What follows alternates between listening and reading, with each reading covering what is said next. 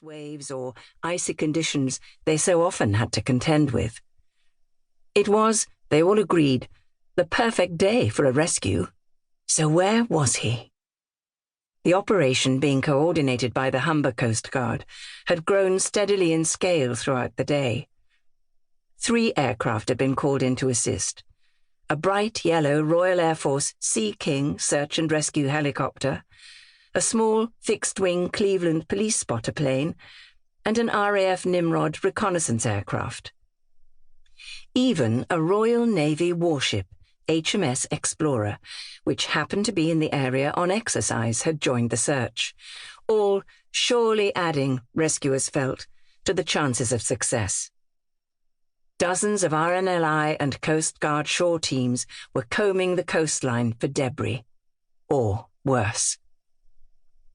Nothing was being left to chance.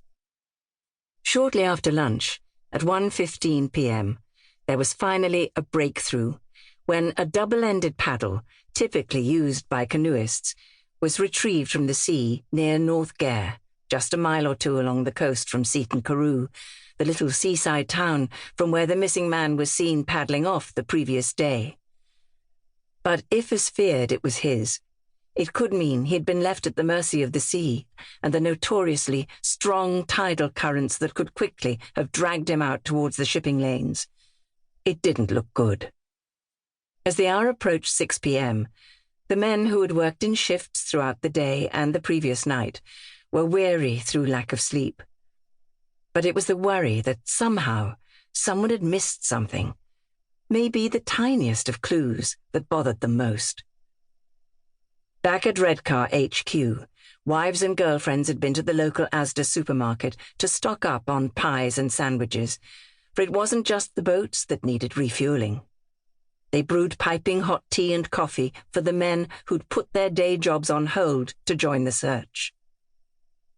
Some of the more experienced hands had niggling doubts about their mission, wondering if perhaps there was a little more to this disappearance than met the eye. There hadn't been a single sighting of either the missing man or wreckage from his canoe, and they were baffled.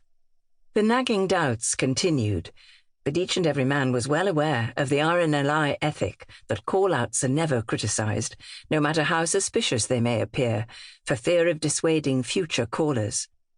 Their job was to save lives, and, acutely aware the missing man was a local, said to be about 50 years old, with a wife and probably a family at home, worrying themselves sick and hoping against hope for the miracle they too were praying for, they tried to push such thoughts to the back of their minds.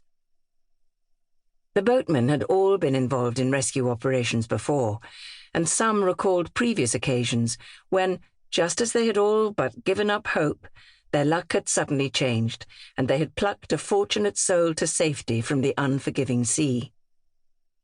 But as the night began to draw in along the Cleveland coastline, most were beginning to fear in their hearts that it was not destined to be one of those days. Folk taking a late afternoon stroll along the promenade in Seaton Carew stopped to lean against the blue-painted iron balustrades and gaze out to the cold and grey North Sea. In the distance, and through the haze thrown skywards by the surf's spray, rising up and merging into the smoke billowing out of the giant oil refineries and nuclear power station at the mouth of the River Tees, they could just about make out the outlines of some of the rescue boats involved in a search that was making headlines in newspapers and on local television and radio stations. The talk of the town in the pubs and hotels, fish and chip shops, and seafront stores selling candy floss and brightly coloured sticks of rock was of nothing else. "Any news on that bloke who went out in his canoe?" countless customers asked the shopkeepers. "No, nothing. It's not looking good," they were each told, as the sound of the rescue aircraft lingered in the distance. Looking out from the drawing-room window of her Victorian seafront home, watching the flashing lights from the massive search operation underway, Anne Darwin was a nervous wreck. She knew very well the brave men and women risking their lives looking for her missing husband were not going to find him that night, the next, or any time soon. She thought to herself.